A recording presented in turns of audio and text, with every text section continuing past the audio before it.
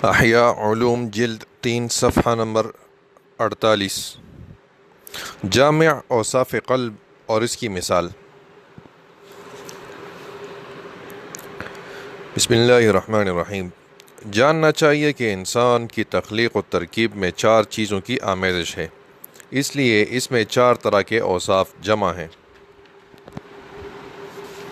یعنی سبعی، بہیمی، شیطانی اور ربانی۔ سبعی، بہیمی، شیطانی اور ربانی۔ اس حدیث سے کہ اس پر غضب کا تسلط ہے، وہ سبع کے افعال میں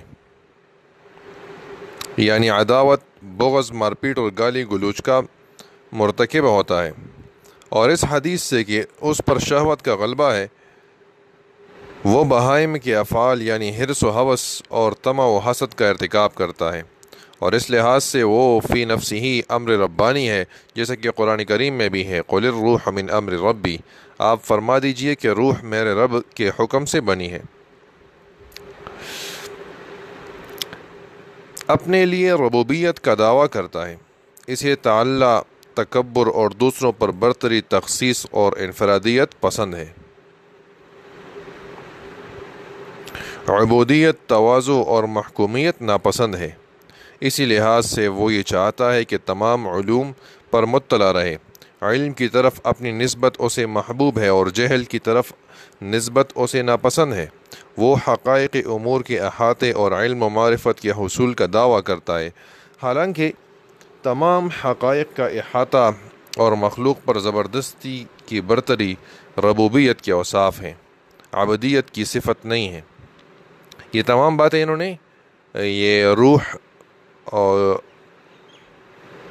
امر ربانی کے ضمن میں کی ہیں۔ عبودیت کی صفت نہیں ہے۔ انسان غضب اور شہوت میں سبع اور بہائم کے ساتھ اشتراک کے باوجود قوت تمیز رکھتا ہے، اس لیے کہ اس میں ایک وصف مزید ہے جسے شیطانیت کہہ سکتے ہیں۔ شیطان سر تاپا شر ہے، وہ اپنی تمیز کو شر کی صورتوں میں استعمال کرتا ہے اور اپنی اغراض حاصل کرنے کے لیے مکر و فریب کا سہارا لیتا ہے اور خیر کے محل میں شر کا بیج بوتا ہے۔ یہ شیطان کے اوصاف ہیں، اور وہ لوگ بھی ان اوصاف میں شیاطین کے شریک ہیں جن میں ربانیت، شیطانیت، سبعیت اور بہیمیت کے عناصر پائے جاتے ہیں۔ ان چاروں اوصاف کا مرکز قلب ہے، گویا انسان کی کھال میں بیک وقت خنزیر، کتا، شیطان اور حکیم جمع ہیں۔ خنزیر شہوت کی علامت ہے، یہ ناپاک اور بدباطن جانور اپنے رنگ یا اپنے شکل و صورت کی بنا پر برا نہیں ہے، بلکہ اپنی حرص و ہوس کی وجہ سے مذموم ہے۔ یہی حال کتے کا ہے جو غضب کی مجسم شکل ہے۔ درندوں اور کتوں سے اس لیے نفرت نہیں کی جاتی کہ وہ درندے یا کتے ہیں، بلکہ ان سے نفرت کی وجہ یہ ہے کہ ان میں سبعیت کی غایت یعنی درندگی اور عداوت پائی جاتی ہے۔ اسی طرح انسان کے باطن میں درندوں کی درندگی، عداوت اور غضب، اور خنزیر کی حرص اور طمع پائی جاتی ہے۔ درندہ غضب کو تحریک دے کر ظلم پر، اور خنزیر حرص کو ہوا دے کر فواحش کے ارتکاب پر اکساتا ہے، اور شیطان ان دونوں کو ایک دوسرے کے خلاف برسر پیکار رکھتا ہے۔ کبھی حرص کو غضب کے خلاف اکساتا ہے اور کبھی غضب کو حرص کی مخالفت میں بھڑکاتا ہے، نیز ان دونوں کی جبلی صفات کی تحسین کرتا ہے۔ عقل بمنزلہ حکیم کے ہے، اس کا کام یہ ہے کہ وہ شیطان کے مکر و فریب کو دفع کرے اور اپنی گہری بصیرت اور واضح نور سے اس کی تلبیس کا قلع قمع کر دے، اور خنزیر کی ہوس کو کتے کے غضب کے ذریعے شکست دے، اس لیے کہ غضب سے شہوت ختم ہوتی ہے۔ اسی طرح خنزیر کو کتے پر مسلط کر کے اس کی درندگی کا خاتمہ کرے، اور کتے کو اپنی حکمت و تدبیر سے پابزنجیر اور مطیع رکھے۔ اگر اس نے ایسا کیا تو جسم کی مملکت میں عادلانہ نظام باقی رہے گا، اور تمام اعضاء اپنے اپنے محور پر گردش کریں گے۔ اگر حکیم اپنی کوشش میں ناکام رہا، نہ شیطان سے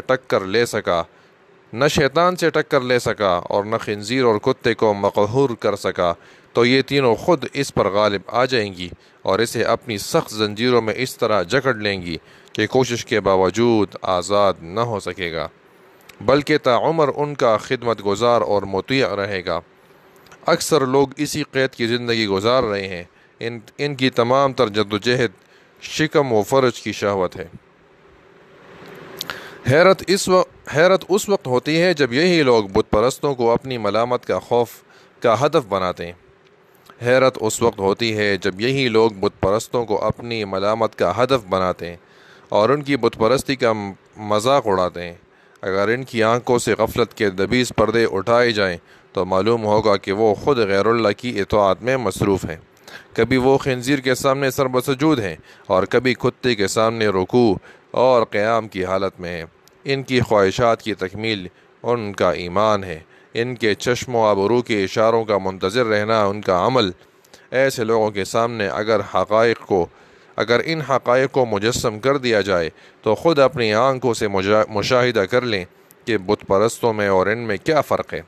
بت پرست بے جان پتھروں کے سامنے سر جھکا کر شیطان کو خوش رکھتے ہیں اور یہ لوگ ان ناپاک اور گندے جانوروں کی عبادت کر کے شیطان کی خوشنودی حاصل کر دیں۔ یہ شیطان ہی تو ہے جو خنزیر اور کتے کو برانگیختہ کرتا ہے اور انہیں انسان سے خدمت لینے پر اکساتا ہے۔ حقیقت یہ ہے کہ خنزیر اور کتے کے چشم و ابرو کے اشارے پر ناچنے والے شیطان کے دام فریب میں گرفتار ہیں۔ ہر بندہ خدا کو چاہیے کہ وہ اپنی حرکات و سکنات، اپنے نطق و سکوت اور قیام و قعود کا نگران رہے اور بصیرت کی آنکھیں کھلی رکھے۔ اگر اس نے انصاف کے ساتھ اپنے احوال پر نظر رکھی تو اسے معلوم ہوگا کہ وہ اپنا دن خدائے برحق کے اطاعت میں گزارتا ہے یا نفس کی پرستش میں۔ کتنا بڑا ظلم ہے کہ ان نفس پرستوں نے مالک کو مملوک، آقا کو غلام اور غالب کو مغلوب بنا دیا۔ غلبہ اور سیادت کا حق عقل کو تھا، کتے، خنزیر اور شیطان نے اس کا حق چھین لیا اور اسے مغلوب و مقہور کر دیا۔ یا عقل سیادت سے محروم ہو جاتی ہے تو ان تینوں اوصاف کی اطاعت رنگ لاتی ہے اور قلب پر وہ صفات محیط ہو جاتی ہیں جن کا انجام ہلاکت اور رسوائی کے علاوہ کچھ نہیں۔ شہوت کے خنزیر کی اطاعت سے بے حیائی، خباثت، اسراف، بخل، ریا، ہتک، بےہودگی، حرص، ہوس، خوشامد، حسد، کینہ اور شماتت وغیرہ اوصاف پیدا ہوتے ہیں۔ غضب کے کتے کی اطاعت کے نتیجے میں تہور، تعلی، خود ستائی، کبر، خود پسندی، استہزاء اور تحقیر، ارادہ شر اور خواہش ظلم جیسی صفات پیدا ہوتی ہیں۔ غضب اور شہوت کے معبودوں کی اطاعت دراصل شیطان کی اطاعت ہے، جس سے مذکور بالا رذائل کے علاوہ مکر و فریب، حیلہ جوئی، دغابازی، تلبیس، خیانت، دنائت اور فحش کلامی جیسے اوصاف کو بھی تحریک ملتی ہے۔ اگر صورتحال اس کے برعکس ہو اور شر کے یہ تمام سرچشمے اور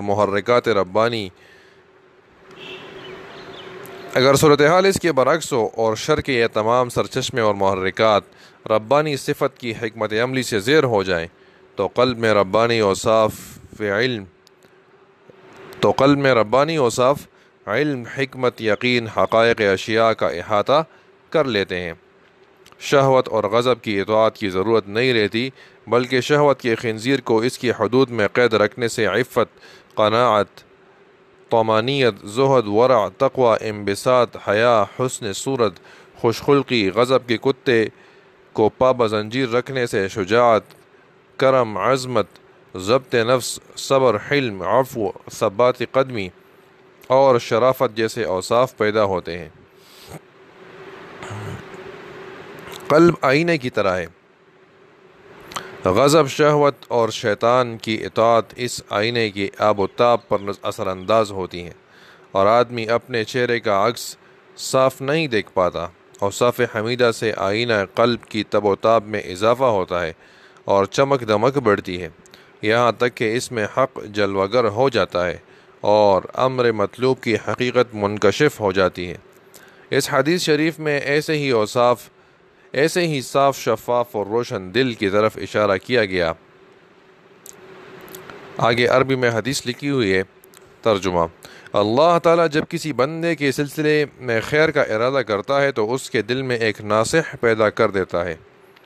دلمی رحمۃ اللہ علیہ، ام سلمہ رضی اللہ تعالیٰ عنہ۔ ایک حدیث میں یہ ہے کہ جس شخص کے دل میں واعظ ناصح کا وجود ہوتا ہے، اس دل کی حفاظت کے لیے باری تعالیٰ کی طرف سے ایک نگہبان مقرر رہتا ہے۔ ایسا ہی دل ذکر الہی کا مستقر ہوتا ہے اور اس ذکر سے تسکین پاتا ہے۔ ارشاد باری تعالیٰ ہے، اعوذ باللہ من الشیطان الرجیم، الا بذکر اللہ تطمئن القلوب، خوب سمجھ لو کہ اللہ کے ذکر سے دلوں کو اطمینان ہو جاتا ہے۔ اخلاق مذمومہ کا اثر آئینہ دل پر ہوتا ہے، جیسے دھواں آئینے کی صاف و شفاف سطح کو بے آب و بد رونق کر دیتا ہے، دل کا آئینہ گناہوں کی تاریکی سے تاریک ہو جاتا ہے۔ یہ تاریکی ایک طرح کا حجاب ہے جو بندہ اور باری تعالیٰ کے درمیان حائل ہو جاتا ہے۔ اسی پردے کا نام طبع یعنی مہر اور رین یعنی زنگ ہے۔ قرآن کریم میں ایسے ہی دلوں کے متعلق ارشاد فرمایا گیا، اعوذ باللہ من الشیطان الرجیم، کلا بل ران علی قلوبہم ما كانوا یکسبون، ہرگز ایسا نہیں بلکہ ان کے دلوں پر ان کے اعمال بد کا زنگ بیٹھ گیا۔ ان لو نشاء اصبناہم بذنوبہم ونطبع علی قلوبہم فہم لا یسمعون، اگر ہم چاہتے تو ان کو ان کے جرائم کے سبب ہلاک کر ڈالتے، اور ہم ان کے دلوں پر بند لگائے ہوئے ہیں اس لیے وہ سنتے نہیں۔ دوسری آیت میں نہ سننے کو قلوب پر مہر لگ جانے سے تعبیر کیا گیا، ایک جگہ سننے کو تقوی کے ساتھ مربوط کیا گیا۔ ارشاد ہے، واتقوا اللہ واسمعوا، اور اللہ سے ڈرو اور سنو، واتقوا اللہ ویعلمکم اللہ، اور خدا سے ڈرو اور اللہ تعالیٰ تم کو تعلیم فرماتا ہے۔ جب گناہ زیادہ ہوتے ہیں تو دل پر مہر لگ جاتی ہے، وہ ادراک حق اور اصلاح حال کی ہر صلاحیت سے محروم ہو جاتا ہے۔ آخرت کا معاملہ اس کے نزدیک اہم نہیں رہتا، دنیاوی شان و شوکت اس کے لیے سب کچھ ہو جاتی ہے، وہ دنیاوی مال و دولت کا حریص ہو جاتا ہے اور اپنی تمام تر توانائی اس کے حصول میں صرف کر دیتا ہے۔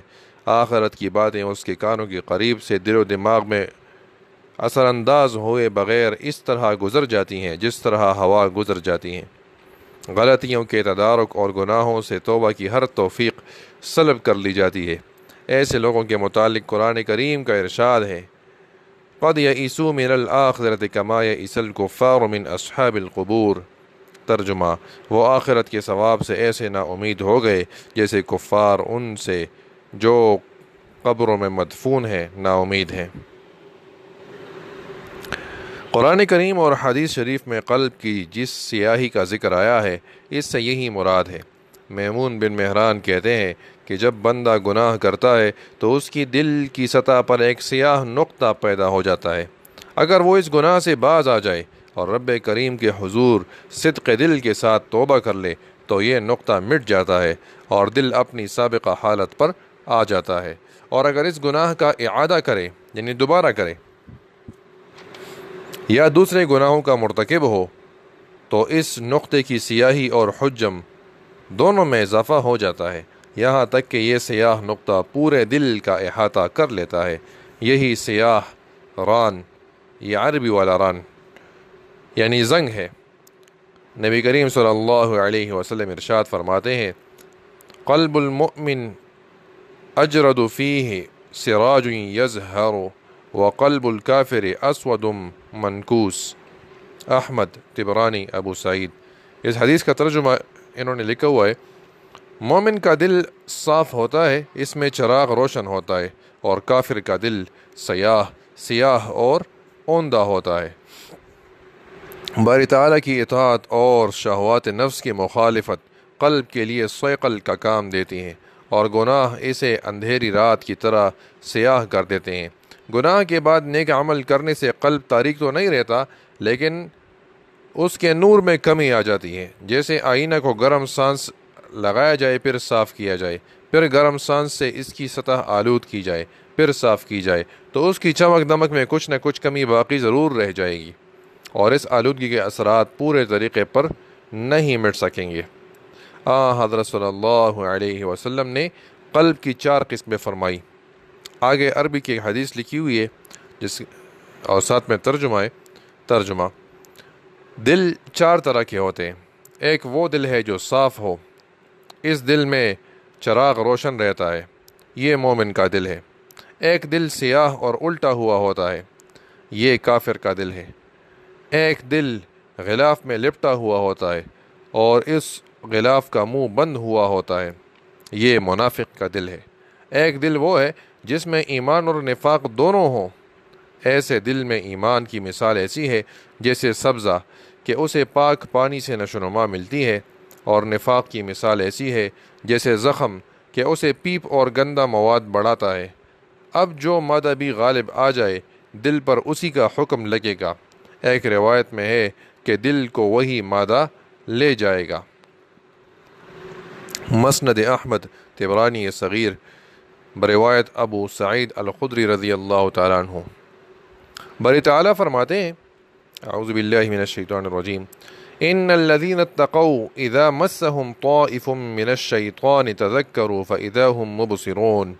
ترجمہ، یقیناً وہ لوگ خدا ترس ہیں، یقیناً جو لوگ خدا ترس ہیں جب ان کو کوئی خطرہ شیطان کی طرف سے آ جاتا ہے تو وہ یاد میں لگ جاتے ہیں، سو یکایک ان کی آنکھیں کھل جاتی ہیں۔ اس آیت میں بتایا گیا کہ قلب کی جلا اور بصیرت و آگہی اللہ کے ذکر سے حاصل ہوتی ہے، اور ذکر وہی لوگ کرتے ہیں جو تقوی کے وصف سے مزین ہوں۔ معلوم ہوا کہ تقوی ذکر کا دروازہ ہے، ذکر سے کشف ہوتا ہے، اور کشف فوز اکبر یعنی سب سے بڑی کامیابی، یعنی اللہ سے ملاقات کا وسیلہ ہے۔